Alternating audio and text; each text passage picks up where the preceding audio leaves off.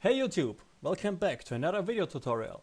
This day I'm gonna show you how to create simple fire using Adobe After Effects.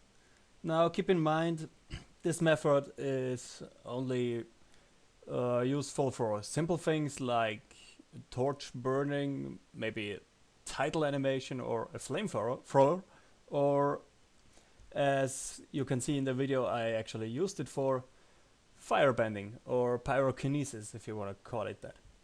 So let's not waste any time and get started. I'm gonna create a new comp, name it fire, 720p, size depends on your footage of course. And then I'm gonna create a new layer, Control Y is the shortcut.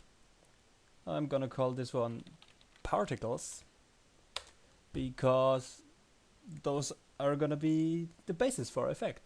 Particles. To be more specific, CC particle world. It's an effect that comes with After Effects since version CS3, I think. Now this doesn't look a whole lot like fire, does it? But we're gonna change that. First we're gonna go to CC Particle World's producer settings. Oh, my bad, actually it's the physics settings. And change the type to, you guessed it, fire. Now it still doesn't look entirely convincing, but it's a whole lot closer than before. Plus, if you wanna do, let's say, a flamethrower or Dragon's Breath effect, you might wanna choose direction axis for this one. These are the two types of physics, not that one, that I used in my avatar video, which I have linked to in the description. It's the direction axis and the fire. I'm gonna stick with fire for now. Next I'm gonna go to the particle settings and change the particle type to bubble. Earlier I experimented with the classic faded sphere or lines as well, but I think bubble just gives the whole thing a little more structure. Now let's play around with the settings, maybe increase the birth size, decrease the depth size, maybe increase the birth rate, turn down the max opacity a bit, and change the colors. The standard colors are actually pretty good, but depending on what look you want, you might want to change them. I'm gonna turn down the saturation a bit and make the red here a little bit more orangish to give it a more realistic look. If you wanna go for a more stylized look, you can crank the saturation all the way up.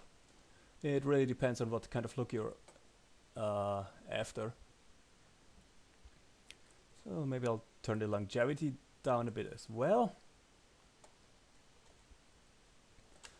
And I'm gonna increase the birth rate a tad more, as well as increasing gravity. Now keep in mind, using the fire physics preset, velocity controls how, well, you can see it yourself here, basically how far the particles are gonna be scattered, and gravity controls, I'll just call it the main speed here, the speed in which the particles flow upwards. Looking not too bad actually. Maybe I'm gonna crank up the birth rate even more, increase the size variation. That's always good for creating a bit of a more chaotic look, because that's what you're after essentially, chaos. Fire and all other natural or organic looking things have a certain sense of chaos to them if you look at them. Nothing's quite perfectly aligned. It's always a bit chaotic. So I think I'm satisfied with it for now. Maybe go to the producer and set the position down a bit and decrease the longevity here. Okay, and now we're gonna activate motion blur, both for our layer and our comp. And by now you can guess it's starting to look a little fiery. Not perfect, but it's all starting to add up. Oh, one more thing. In the particle tab of CC Particle World, you might want to change the transfer mode to screen or even add. In that case, the whole thing looks a bit too yellow. I'm gonna increase the red, the birth color here. Oh, I think I've got some really nice fiery color here. So now I'm gonna go ahead and pre-comp the whole thing. Control-Shift-C is the shortcut for this. And move all attributes into the new comp. I'm gonna call this one Particles Comp. Yeah, incredibly creative naming, I know. What the hell is that? Seems to work. Good. Okay, next thing I'm gonna do is I'll apply an echo effect. Whoop. And basically what I'm gonna try with this echo effect is increasing the motion blur just a bit more. So I'm gonna change the operator to maximum, and I'm gonna increase the number of echoes to maybe 3. Okay, maybe 2. 2 looks good. And I decrease the offset, I think it's called in the English version. Whoops, not that much. It's just a bit of fine tuning here. Maybe go up to 4.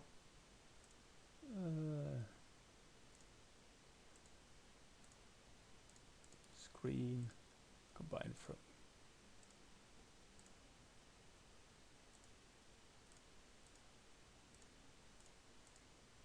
I think I'll stick with maximum. So maybe I'm gonna tweak that echo effect later, or maybe I'll delete it again. I'm not sure yet. Because now come the big guns, the ones that really make that look like fire. First one would be CC Vector Blur. Let's just drag that onto our layer and give it a nice blur. Maybe start with 10. That's actually not too bad.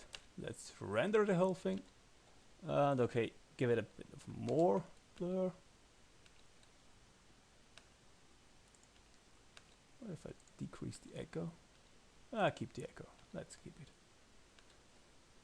Maybe take a fast blur and put it above our vector blur. So basically we're gonna take our particles here and blur the whole thing out. And now we'll apply the vector blur, which gives the whole thing a more fluid, natural look. Maybe.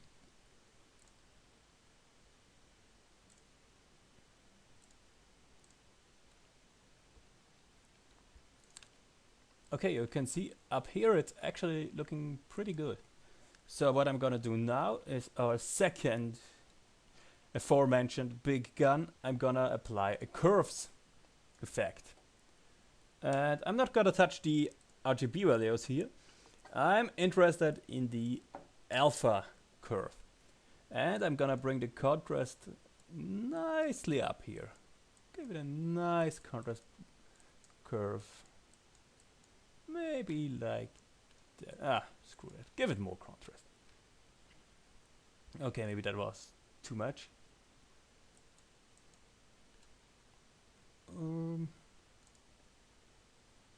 Yeah, I'm gonna go into our particles comp and change the particle settings a bit.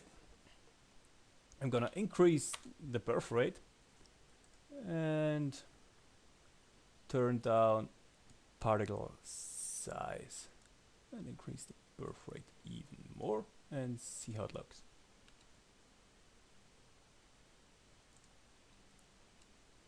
Not too bad actually.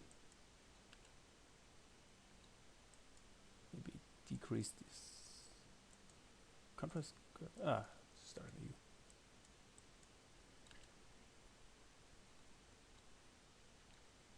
Go back into the particle settings and I'm gonna go to the physics and decrease the velocity a bit and maybe increase the extra and let's see how it looks.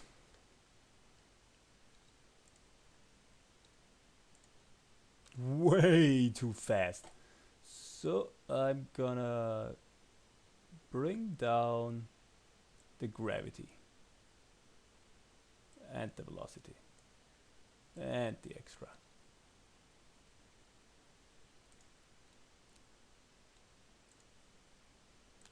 Actually bring the velocity back up. See how that looks. Stupid. Birth rate down. Birth size up. Maybe even the depth size up. Whoa! Now we're getting somewhere. Gravity up. And it's starting to look like fire. You see, the whole thing here is really a matter of tweaking.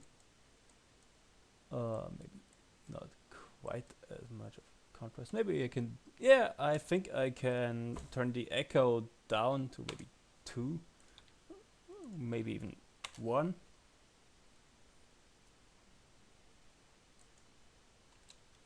Maybe I can delete it as a whole. No, I can't. That looks stupid. So I'm gonna keep the echo, turn it up to, let's say, 3. And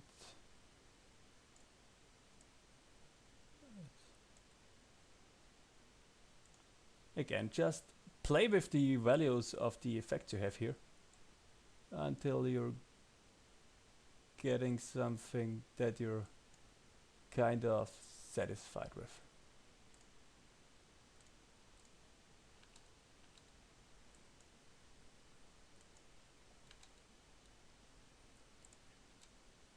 There is no, how should I say it, perfect number that's gonna make everything look great. It's quite the opposite actually.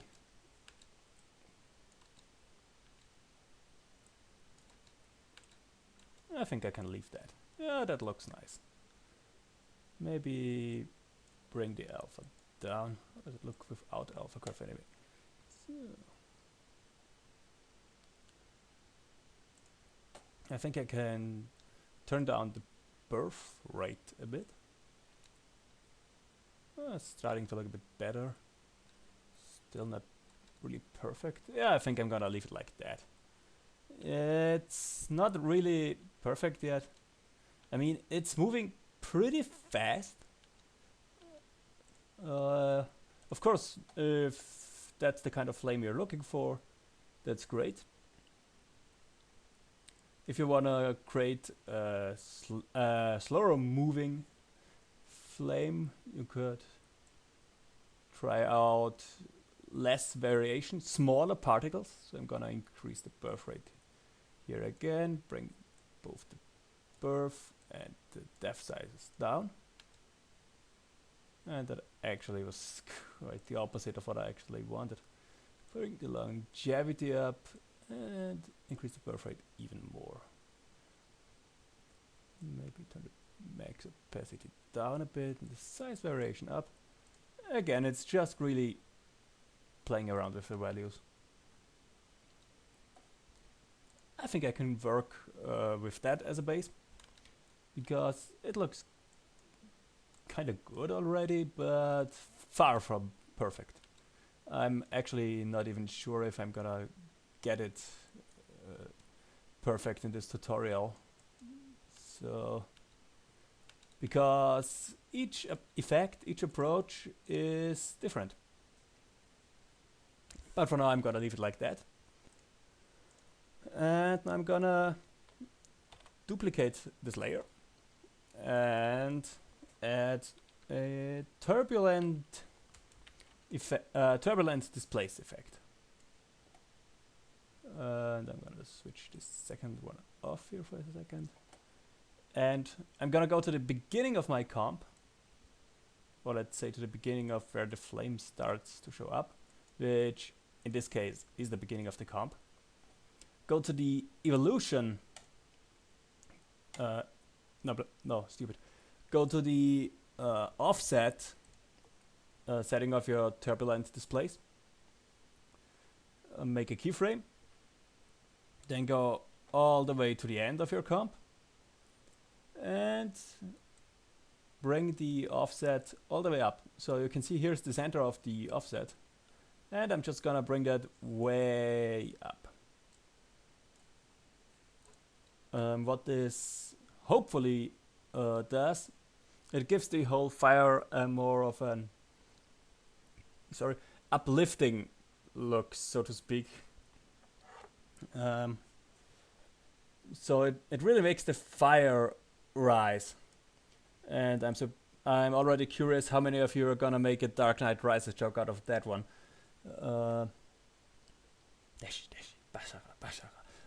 Sorry. Okay, that's... I mean, in this case, the whole thing might be unnecessary.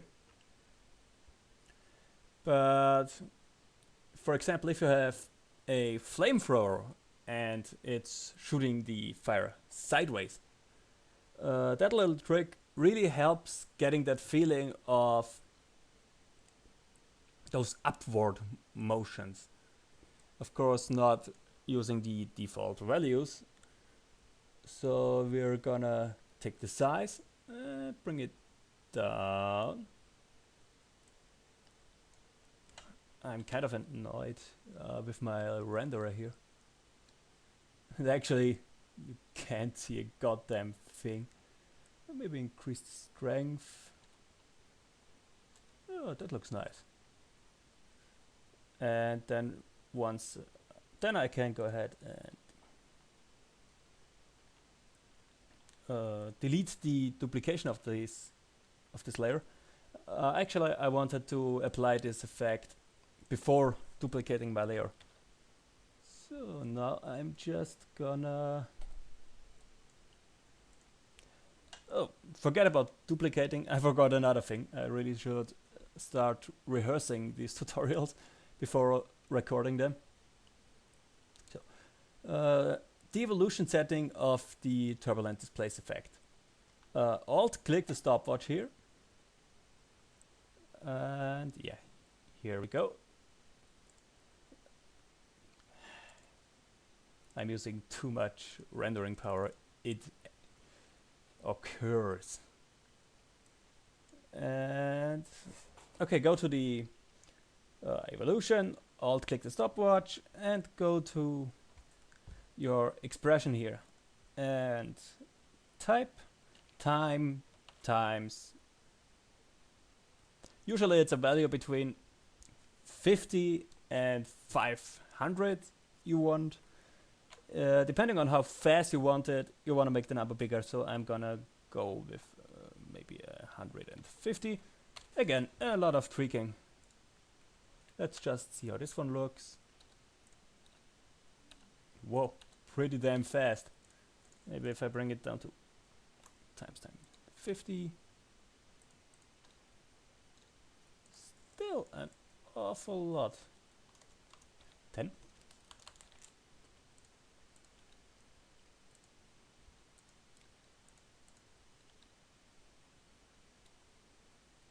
Actually, it looks better played with half the speed. But I think I can still leave it like that. Maybe bring up the longevity here and the gravity down. Bring the extra up and the velocity down, and see how it looks. Yeah, I can live with it. So now we can duplicate the layer and decrease the strength of our turbulent displays. And maybe change the size as well. Maybe make the size a little bigger. And now go to your transfer mode and set the above layer to add. Or maybe screen. Or brighten. In this case it's brighten. That would be screen. Actually I like brighten.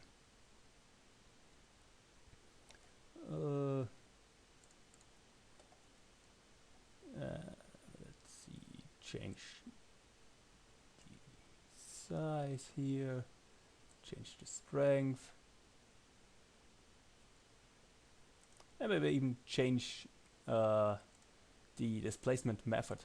I'm gonna try out a few different ones here. Ooh, this looks awesome. I mean, it looks nothing like real fire, but it looks actually pretty awesome.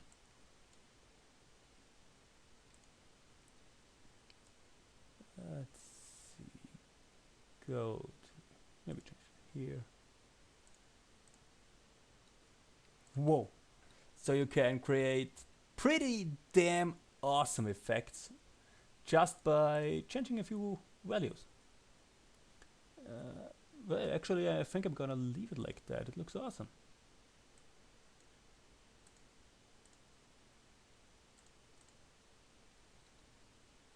Whoa, look at that.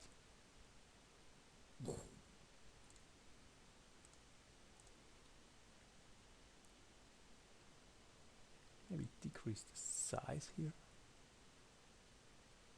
See, it's starting to look like more or less real fire. So I think I'm gonna turn up the longevity a bit because the fire is kind of short. And check it out. That's also the main reason for pre-comping the whole thing. Now I can go into my particles comp, make some changes, and it's gonna affect all copies of the particles layer. So what else is left to do? Well, I'd say tinkering around a bit. So screen almost makes the fire look more natural in color and actually more real. I can't talk anymore today. Yeah, play around with the transfer modes until you got the one you like. I think I'm gonna go with brighten for this one. So I'm gonna make another copy of the layer.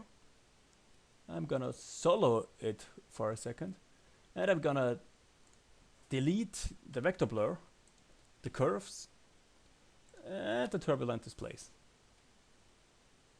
Actually, let's bring back the curves.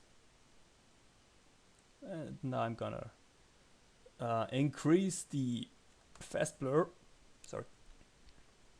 until I have a nice, even, or kind of even glow. Put that underneath and set the above layer to add. Boom. That must have been the stupidest. Is that a word? Stupidest? The most stupid. No, it's stupidest. Stupid. It was a freaking stupid sound effect. So it's starting to look really fiery. Now I'm gonna make another copy. And let's see, what else can I do? I can take out the curves. There's a slight bug in my After Effects. I don't know if it's in your version as well. In your curve settings, if you select a layer, you'll notice the curve is still set to alpha, but we've changed the alpha curve. So why is it straight? Well, because this one is in fact the RGB curve. So I'm gonna change it back to RGB, sorry, and then back to alpha. Now I can see the actual alpha curve. And I'm gonna bring this one way down and this tiny little bit way up. So, looking good.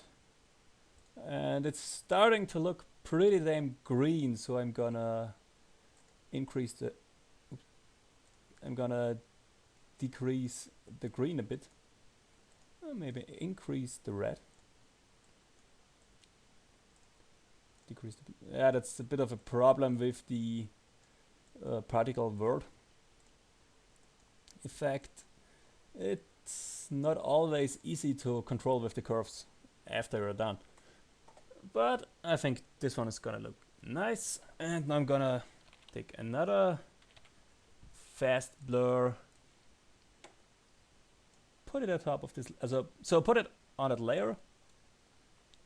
Actually, I think I'm gonna leave the CC vector blur here. I'm gonna change my fast blur to horizontal and bring that one up to, let's say, 100 or maybe even 200. And unsolo the layer, and I've got a nice lens flare. Of course you can use, and I'm gonna change that one to add. Oh, maybe to...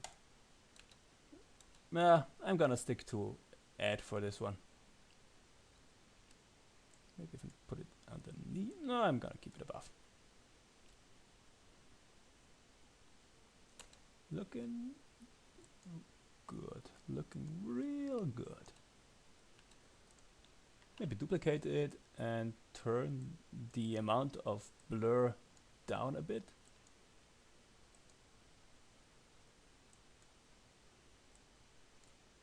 Like this. 36. Well, I'm gonna leave it like that. And now I'm gonna create another layer. I'm gonna make it black because I'm not sure if the color is gonna matter right now. And then I'm gonna add the lens flare effect.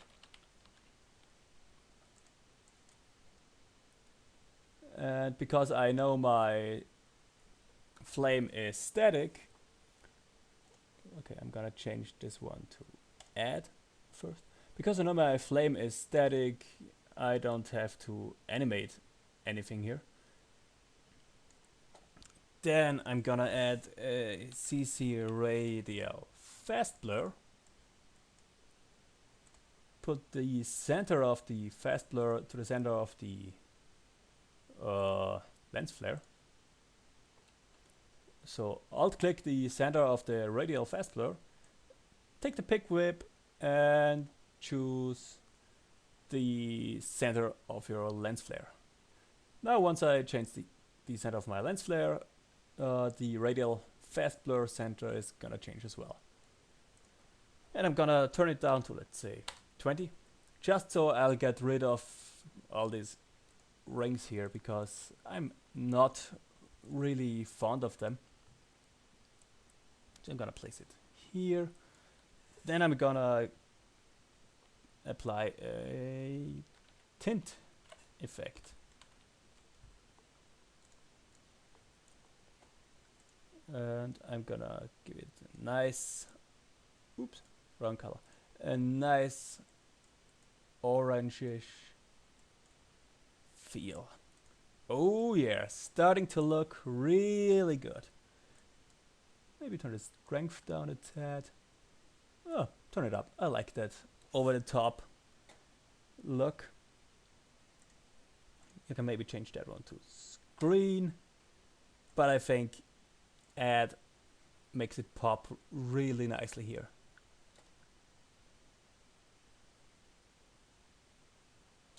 Actually, let's see how it looks without these.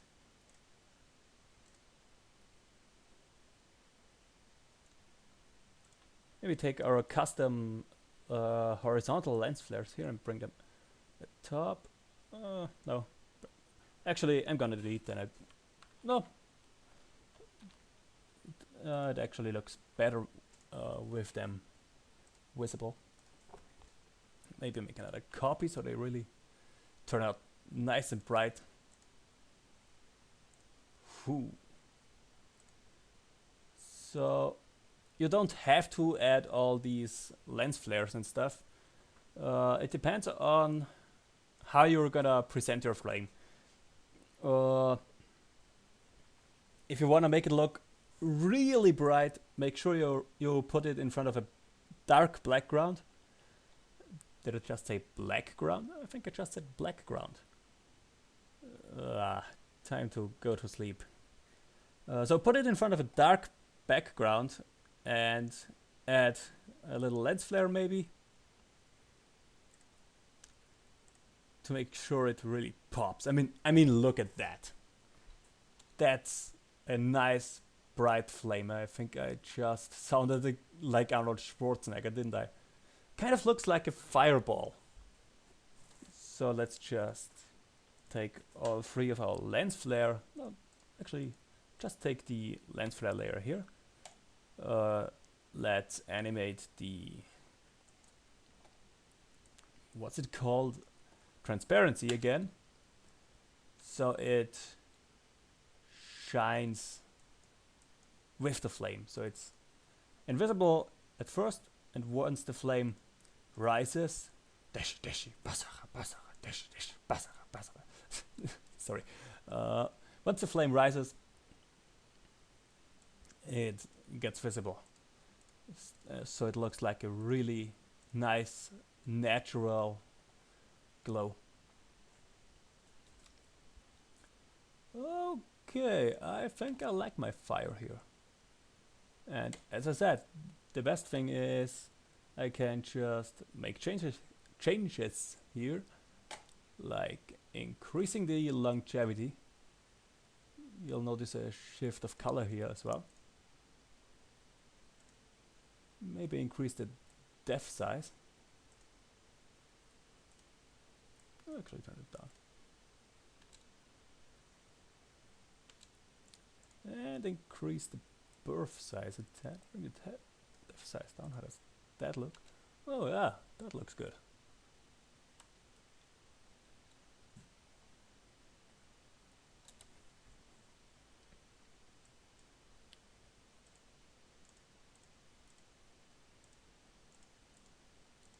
As you can see, it's lots of playing around until I get it right.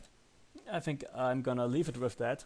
So it's an almost completely white flame I ended up with, but I must say I like that look. Of course I could just change some transfer modes. Let's change that one to brighten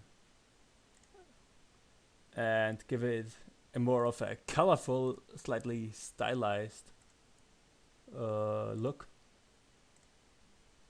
It all depends what you're after. Oh, that one looks nice. I'm gonna keep that one.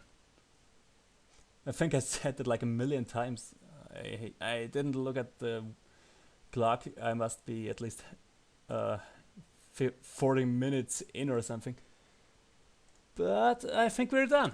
Yeah. That's a nice looking flame.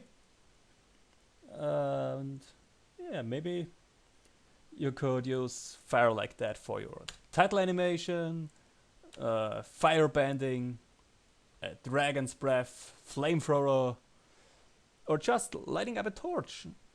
That's basically all I can say about creating fire in After Effects without stock footage. Not too shabby, I must say. My PC isn't really